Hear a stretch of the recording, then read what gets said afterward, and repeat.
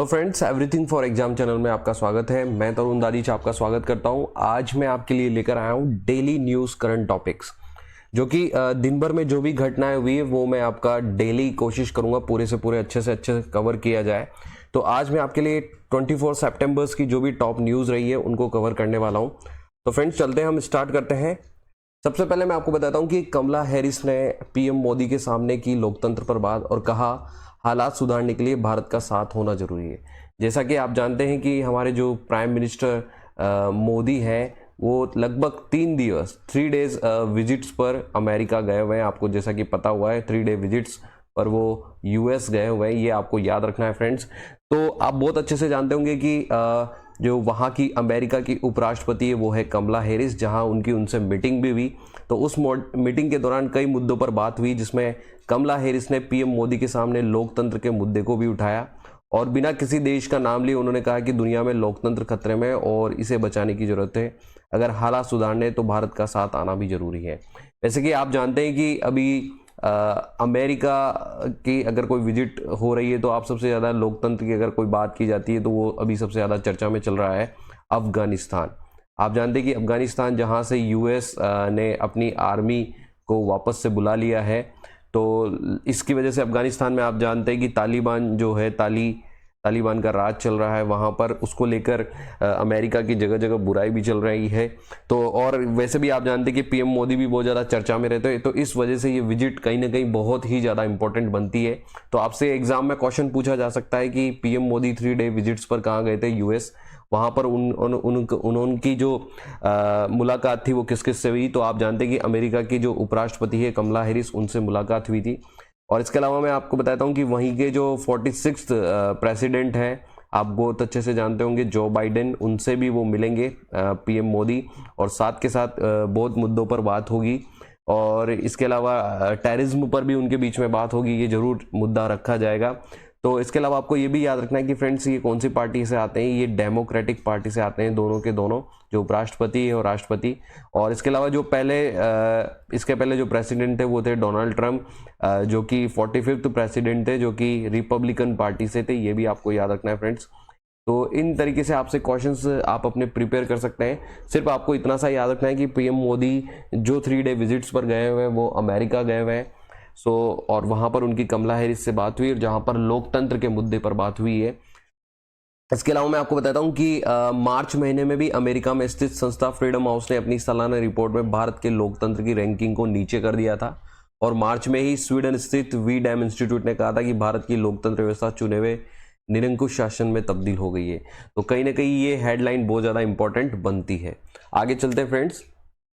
प्रधानमंत्री ने शनिवार को ग्लोबल सिटीजन लाइव कार्यक्रम को संबोधित करेंगे। तो फ्रेंड्स ये क्या है ग्लोबल सिटीजन लाइव, जो कि आपके एग्जाम में पूछा जा सकता है। तो पहले ये आप देख सकते हैं, इसका टैगलाइन भी है friends, defend the planet and defeat poverty. इसका मतलब ये एक ग्लोबल सिटीजन लाइव जो है ये एक अंतर्राष्ट्रीय संगठन है। ध्यान से देखिएगा आप, ग्लोबल सिटीजन एक अंतर्राष्ट्रीय संगठन है जो गरीबी को समाप्त करने के लिए काम कर रहा है। फ्रेंड्स ध्यान दीजिएगा, ये एक अंतर्राष्ट्रीय इंटरनेशनल ऑर्गेनाइजेशन है जो कि पुअर्टी, गरीबी को समाप्त करने के लिए काम करता है फ्रेंड्स। इसके अलावा ये 24 घंटे का एक कार्यक्रम होगा जो कि 25 सितंबर तक चलेगा। और इसके तहत लगभग Mumbai, New York, Paris, Rio de Janeiro, Sydney, Los Angeles, Lagos और सियोल सहित कई प्रमुख शहरों में ये लाइव कार्यक्रम होंगे फ्रेंड्स, जिसको प्रधानमंत्री मोदी जी संबोधित करेंगे। तो ये लगभग चैनलों के माध्यम से 120 शहरों में किया जाएगा फ्रेंड्स, इसको आप याद रख सकते हैं। और आप जानते हैं कि प्रधानमंत्री अभी वॉशिंगटन पहुंचे थे, जहां पर वो जो बाइडेन से भी मुलाकात करेंगे और साथ के साथ क्वाड समूह के नेताओं के सम्मेलन में भी हिस्सा लेंगे। तो आप ये भी याद रख सकते हैं फ्रेंड्स। और ये अभी जो जिस मुद्दे के लिए गए, ये मेन मोटिव यही था कि प्रधानमंत्री संयुक्त राष्ट्र महासभा के सत्र को संबोधित करेंगे। मेन मोटिव यही था वहाँ पर जाने का। तो साथ के साथ अमेरिकी राष्ट्रपति से भी मिलना था।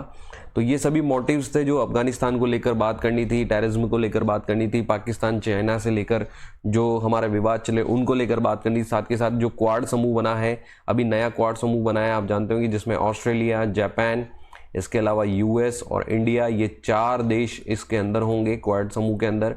तो इस मुद्दों पर भी बात होगी।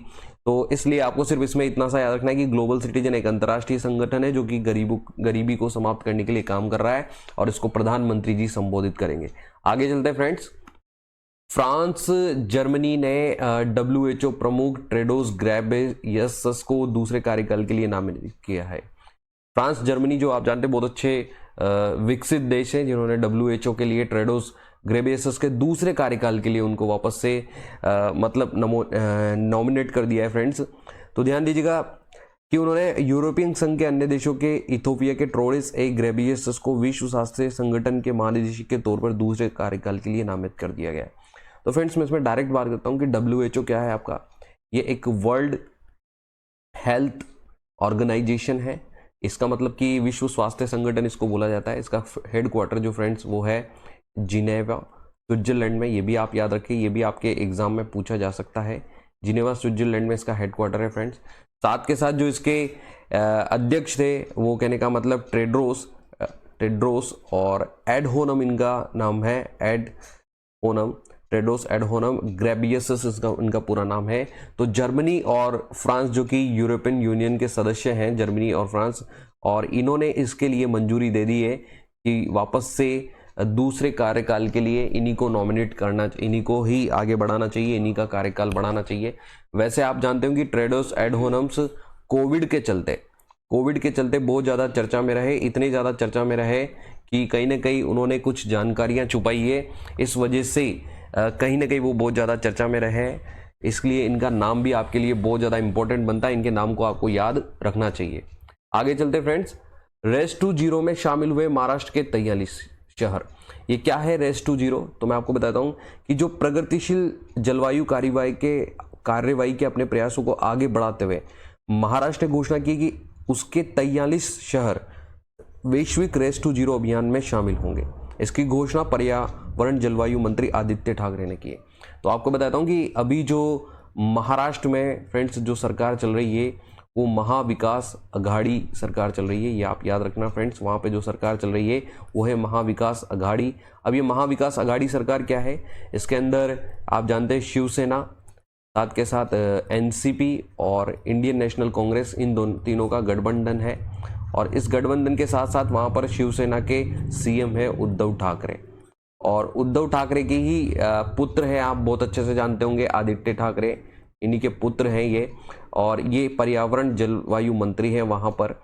और इन्होंने मतलब पर्यावरण मतलब कि जब कम से कम पर्यावरण में जीरो इमिशन हो, एक प्रकार से पर्यावरण का नाश कम हो, उसके लिए इन्होंने महाराष्ट्र के 43 शहरों को नॉमिनेट करने का फैसला लिया है।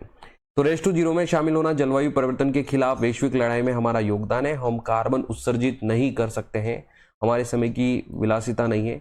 महाराष्ट्र एक उदाहरण स्थापित करेगा कि उपराष्ट्र ये सरकारें जलवायु परिवर्तन कैसे कार्य कर सकती है। बड़े पैमाने पर औद्योगिक राज्य के बावजूद ठाकरे ने कहा कि इंडिया स्ट्रेट टू COP26, ये COP होता है आपका कॉन्फ्रेंस ऑफ पार्टीज 26, जो कि जलवायु पर होती है मीटिंग्स। इसमें भारत का भी बहुत बड़ा हिस्सा है फ्रेंड्स, और भारत को जलवायु परिवर्तन के लिए बहुत ज़्यादा सराहा भी गया है पूरे विश्व लेवल पर। तो ये जरूर याद रखें कि फ्रेंड्स रेस टू जीरो में महाराष्ट्र के 43 शहर शामिल होंगे। आगे चलते हैं फ्रेंड्स। AMU वनस्पति शास्त्र ने नए पौधे प्रोटीन की पहचान की है। अगर आपसे पूछा जाए कि नए पौधे प्रोटीन की खोज किसने की है, तो वो AMU वनस्पति शास्त्री ने की है। AMU क्या है इसके बारे में बता देता हूँ फ्रेंड्स। ये अलीगढ़ मुस्लिम विश्वविद्यालय को कहा जाता है। AMU याद रखें, एक यूनिवर्सिटी है। और जो इनके शोधकर्ता हैं उन्होंने जर्मनी के कुछ अन्य शोधकर्ताओं के साथ मिलकर पौधे में एक नए प्रोटीन की पहचान की, यानी कि पौधों के अंदर एक नया प्रोटीन खोजा गया है। उस रिसर्च में अलीगढ़ मुस्लिम यूनिवर्सिटी का हाथ है फ्रेंड्स, जो फसल के पौधों की नमक सहनशीलता में सुधार करेगा, कृषि भूमि में उच्च लवणता वाली मिट्टी की खेती योग्य होगी। और इसके जो इस विज्ञान विभाग के जो सहायक प्रोफेसर है वो डॉक्टर तारिक आफ्ताब हैं, जिन्होंने जर्मनी के अन्य सहयोगियों के साथ मिलकर ये इस प्रोटीन की पहचान की है। तो फ्रेंड्स कहीं ना कहीं ये इंपॉर्टेंट बनता है। अगर आपसे पूछा जाए कि प्रोटीन में नए पौधों में नए प्रोटीन की खोज किसने की है, तो वो अलीगढ़ मुस्लिम यूनिवर्सिटी ने की है, और उसका श्रेय किसको जाता है, डॉक्टर आतिफ आफ्ताब को जाता है। ये आप यहाँ से याद रख सकते हैं, एग्जाम में आपसे इसके बारे में पूछा जा सकता है। आगे चलते हैं फ्रेंड्स। त्रिपुरा विधानसभा अध्यक्ष चुने गए बीजेपी विधायक रतन चक्रवर्ती। तो जो विधानसभा आप बहुत अच्छे से जानते होंगे, विधानसभा में जो काम करता है उसको हम विधायक बोलते हैं, एमएलए बोलते हैं, तो वही एक एमएलए है रतन चक्रवर्ती, जिनको त्रिपुरा विधानसभा का निर्विरोध अध्यक्ष चुना गया है। ये आप जरूर याद रखें कि त्रिपुरा विधानसभा का निर्विरोध अध्यक्ष किसको चुना गया है, रतन चक्रवर्ती को। इसके अलावा आप त्रिपुरा का सीएम याद रख सकते हैं, एट प्रेजेंट जो वहाँ के सीएम है वो है विप्पल बल देव, ये आप याद रख सकते हैं फ्रेंड्स, ये भी आपसे एग्जाम में पूछा जा सकता है। और त्रिपुरा की राजधानी है अगरतला, ये भी आप याद रख सकते हैं। आगे चलते हैं फ्रेंड्स, टाटा और एयरबस मिलकर बनाएंगे C-295 एयरक्राफ्ट और 20,000 करोड़ के सौदे पर हस्ताक्षर हुए। तो मैं आपको बताता हूँ कि टाटा ग्रुप के और एयरबस के बीच में एक एग्रीमेंट साइंस हुआ है कि वो लगभग C-295 एयरक्राफ्ट्स बनाएंगे।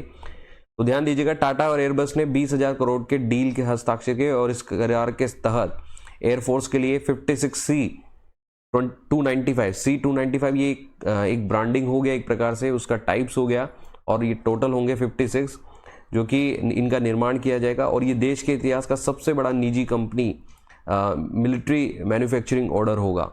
इस डील में लगभग 40 एयरक्राफ्ट देश में ही एयरबेस डिफेंस और स्पेस और टाटा एडवांस सिस्टम लिमिटेड की सहयोगी कंसोर्टियम द्वारा बनाए जाएंगे। और इन एयरक्राफ्ट्स को 10 साल के अंदर बनाया जाएगा फ्रेंड्स, और लगभग 16 एयरक्राफ्ट तैयार करेगी। और C-295 एयरक्राफ्ट जो है अब एवरो 748 प्लेन की जगह लेंगे। ये जिनको रिप्लेस करेंगे वो होगा एवरो 748। सो एयरबेस डिफेंस एंड स्पेस और टाटा लिमिटेड संयुक्त रूप से इस प्रोजेक्ट पर काम करेंगे फ्रेंड्स। और इस प्रोजेक्ट के काम के लिए मेक इन इंडिया के अंतर्गत होगा। जो ड्राइव हमारी एक लॉन्च हुई थी फ्रेंड्स, मेक इन इंडिया, जब मोदी गवर्नमेंट आई थी, उसी के तहत इसका काम किया जाएगा। और ये 1960 के दशक में शामिल हुए एवरो 748 की जगह लेंगे फ्रेंड्स। और ऐसे में बदलने की जरूरत थी, इन एयरक्राफ्ट्स को रिप्लेस करने की योजना कई सालों से बन रही थी फ्रेंड्स। जैसे कि आप जानते हैं कि टाइम बढ़ रहा है, अभी हम नहीं भी करते हुए आप जानते हैं कि हम 21st सेंचुरी में हैं, और जहां पर टेक्नोलॉजी जो है वो बहुत ज़्यादा हाई है, तो उस हिसाब से डिमांड है, इसलिए C-295 एयरक्राफ्ट्स को बनाया जाएगा जो कि रिप्लेस करेंगे एवरो 748 को। ये आप जरूर याद रखें फ्रेंड्स, एग्जाम में जरूर पूछा जा सकता है। लेकिन एग्जाम में जो क्वेश्चन आएगा वो यही आएगा कि एयरबेस की डील किसके साथ हुई, तो वो हुई है टाटा ग्रुप के साथ। ये आपको याद रखना है, ये एग्जाम में क्वेश्चन पूछा जा सकता है। आगे चलते हैं फ्रेंड्स, दिग्गजों को पछाड़ प्रदेश कांग्रेस अध्यक्ष बने गोदियाल। तो मैं आपको बता देता हूं कि उत्तराखंड में भी अभी बहुत ज़्यादा हलचल चल रही है, तो वहां पर भी इंडियन नेशनल कांग्रेस ने अपना अध्यक्ष बनाया है, कांग्रेस अध्यक्ष, जो कि कौन होंगे, गणेश गोदियाल। वैसे मैं बताता हूं कि उत्तराखंड में हलचल क्यों है, इसका रीज़न मैं आपको बताता हूँ। सबसे पहले यहाँ पर जो सीएम थे वो थे त्रिवेंद्र सिंह रावत, जो कि आप जानते हैं। त्रिवेंद्र सिंह रावत सीएम थे, जो कि लगभग 3.5 ईयर्स तक ये रहे थे। उसके बाद इनको यहाँ से हटाया और फिर बनाया गया तीरथ सिंह रावत को। इसके बाद सीएम बनाया गया तीरथ सिंह रावत को, जो कि एक एमपी थे, लेकिन इलेक्शन नहीं होने की वजह से इनको भी हटाया, और बाद में फिर इनके जगह बनाया पुष्कर सिंह धामी को बनाया गया, पुष्कर सिंह धामी को। और ये एक एमएलए हैं जो कि खटीमा से हैं, इनको बनाया गया। तो ये 8 प्रेजेंट वहाँ के सीएम हैं, जो कि आप याद रख सकते हैं। तो इतनी उठापटक की वजह से आप जान सकते हैं कि उत्तराखंड बहुत ज़्यादा चर्चा में है। इसी के चलते इंडियन नेशनल कांग्रेस ने भी वहाँ पर अपना अध्यक्ष घोषित किया है, कांग्रेस अध्यक्ष, जो कि है गणेश गोदियाल। आगे चलते हैं friends, air marshal Sandeep Singh होंगे वायुसेना के वाइस चीफ। इसके अलावा एयर मार्शल अमित देव पश्चिमी वायु कमान के प्रमुख बनाए गए। तो फ्रेंड्स आपको ये याद रखना है कि जो एयर मार्शल संदीप सिंह हो वो भारतीय वायुसेना के अगले उप प्रमुख होंगे। तो फ्रेंड्स मैं आपको बताता हूँ कि आने वाले टाइम में ये चेंज होने वाले हैं, जहाँ पर मैं आपको बता दूँ कि वायुसेना के चीफ भी चेंज होने वाले हैं। और वायुसेना के जो चीफ होंगे वो होंगे विवेक राम चौधरी, ये आपको याद रखना है फ्रेंड्स, जो कि अभी भदौरिया जी चल रहे हैं, उनकी जगह ये बनने वाले हैं। इसके अलावा आप देख रहे हैं कि उप प्रमुख है वो संदीप सिंह को बनाने वाले हैं, ये भी संदीप सिंह बनेंगे, जो कि आपको याद रखना है फ्रेंड्स, ये आपसे एग्जाम में जरूर पूछा जा सकता है। आगे चलते हैं, बीजेपी विधायक नीमाबेन आचार्य होंगी गुजरात विधानसभा की पहली महिला अध्यक्ष।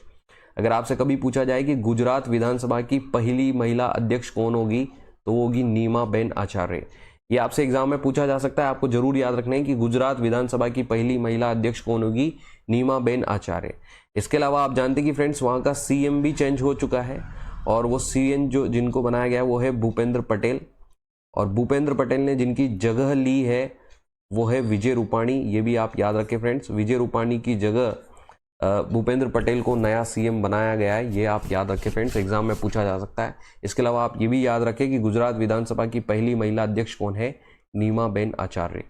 आगे चलते हैं फ्रेंड्स, मोदी मॉरिसन ने रक्षा साझेदारी द्विपक्षीय संबंधों पर चर्चा की है। वैसे आपको मैं बता दूं कि इस ऑस्ट्रेलिया के जो पीएम है जो वहाँ के वो है स्कॉट मॉरिसन, और जो हमारे इंडिया के नरेंद्र मोदी, दोनों के बीच में एक द्विपक्षीय वार्ता हुई है। और ये वार्ता जैसे कि आप जानते हैं कि एक क्वाड समूह बना है। इस क्वाड समूह में आप बहुत अच्छे से जानते हैं कि ऑस्ट्रेलिया, जापान, इसके अलावा यूएस और इंडिया, ये 4 देश होंगे जो इस समूह का हिस्सा बनेंगे। और ये समूह क्यों बनाया गया है, वैसे आप जानते हैं कि चीन जो कि दक्षिण चीन सागर में अपना अस्तित्व बढ़ाना चाहता है, उस अस्तित्व को कम करने के लिए ये समूह बनाया गया है। इसके अलावा फ्रेंड्स आपको बता देता हूँ कि ये वो जो मुलाकात हुई है वॉशिंगटन में हुई है, और दोनों नेताओं ने विशेषकर रक्षा साझेदारी को हिंद प्रशांत क्षेत्र में लोकतंत्र की मजबूती के रूप में महत्व दिया है। मॉरिसन ने मोदी ऑस्ट्रेलिया का एक प्रिय महान मित्र बताया। हमारी रक्षा साझेदारी की बहुत अच्छी चर्चा हुई है, विशेष रूप से हाल ही में रक्षा विदेश मंत्री के बीच 2+2 बैठक में आगे बढ़ा।